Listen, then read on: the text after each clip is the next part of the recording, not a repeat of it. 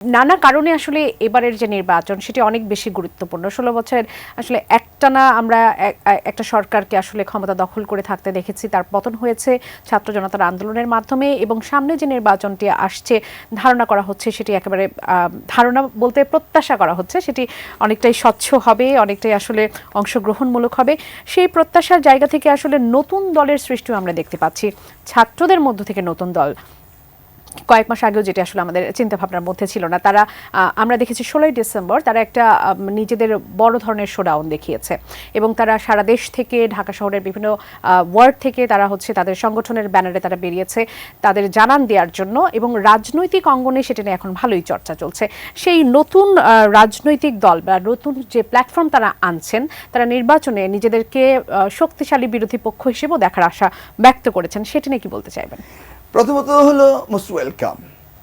আমাদের যে ইলেকশনের যে শেয়ারটা মার্কেট শেয়ারটা রয়েছে সেই শেয়ারে যদি ধরে নেই আওয়ামী লীগের দাবি করতো 40% তাদের রয়েছে, আমরা দাবি করতাম 35% মার্কেট শেয়ার আমাদের রয়েছে আর অন্যান্য দলগুলো রয়েছে। সেই ক্ষেত্রে আওয়ামী লীগ এখন নেই এবং এই আওয়ামী লীগ নেই সেই জায়গায় যদি অন্য একটি দল একটা শক্তিশালী দল হয় এবং ডেমোক্রেটিক একটা মানসিকতা নিয়ে আসে এটা মোস্ট ওয়েলকাম।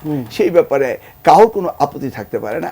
আমরাও চাই এই যে নিউ জেনারেশন তাদের নতুন আইডিয়া নিয়ে তারা আসবে এবং দল করবে, সেটা আমরা মোস্ট ওয়েলকাম জানাই। কিন্তু একটি বিষয় পরিলক্ষিত হচ্ছে যে বর্তমানে যারা রাজনীতিতে আসার চেষ্টা করছে তারা ভাবছে যে এই বিপ্লব শুধু তাদেরই।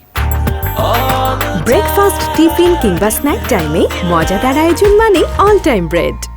আমি যদি একটি মেয়ের নাম বলি, সানজিদা ইসলাম, মায়ের ডাক, যে মেয়েটি করেছে তার ভাই সুমনকে হারিয়ে, তাহলে এই ধরনের কোয়ালিফাইড লোকেরা রাজনীতিতে আসুক। তাকে তো কেউ ইনভাইট করেনি যে কেয়ারটেকার মানে ইন্টারিম গভর্নমেন্টে আসার। তা আমি বিশ্বাস করি যে আসতে পারে, কিন্তু যদি মনে করা হয় যে এই দ্বিতীয় বিপ্লব শুধু আমরাই করেছি এবং স্টেক হোল্ডার আমরাই, এই ধারণা থেকে বেরিয়ে আসতে হবে। এবং ধরুন এই বিপ্লবের সময় আমরা যে গত 17 বছরটি আন্দোলন করেছি, এই 17 বছর বিএনপি কতটা আত্মহতি এবং কি পরিমাণ আমাদের ত্যাগ তিতিক্ষা রয়েছে।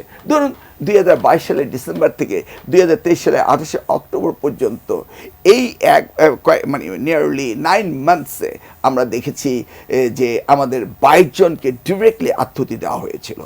ভোলাতে যখন প্রথম আমাদের সমাবেশ দেখা হলো তখন গণভবনে চায়ের দাওয়াত দেওয়া হলো, সেই দিনে 2 জনকে আত্মহতি দেওয়া হয়েছে।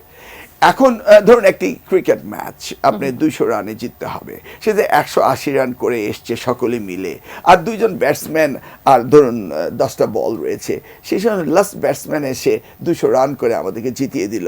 তার অর্থ এই নয় যে লাস্ট 2 ব্যাটসম্যানই পুরোটা খেলেছে। অতএব এই অবস্থায় আসার জন্য বাংলাদেশের সামগ্রিকভাবে এই পতিত সরকারের পতনের জন্য রাজনীতি বা প্রত্যেকটি রাজনৈতিক দল, বিশেষ করে বিএনপির 17 বছরের ত্যাগ তিতিক্ষা রয়েছিল। এখন এই যে নতুন রাজনৈতিক দল আসছে তারা বিগত দিনে যেমন 111-এর সময় কিংস পার্টির কথা আমরা শুনেছিলাম, এখন এই ছাত্রদের মধ্য থেকে যারা আজকে রাজনীতিতে আসছে তাদের 3 জন প্রতিনিধি কিন্তু সরকার রয়েছে এবং দে আর প্রিভিলেজড। এই ছাত্র নেতারা যখন বিভিন্ন জায়গায় যায়, আমি যখন আমার এলাকায় যাই আমাকে কিন্তু এসপি ডিসি পুলিশ পাহারা দেওয়া হচ্ছে না। এই প্রিভিলেজড হওয়া সেটা হলে আবারও তো আমরা একই জায়গায় বলতে পারি যে is it a kings party?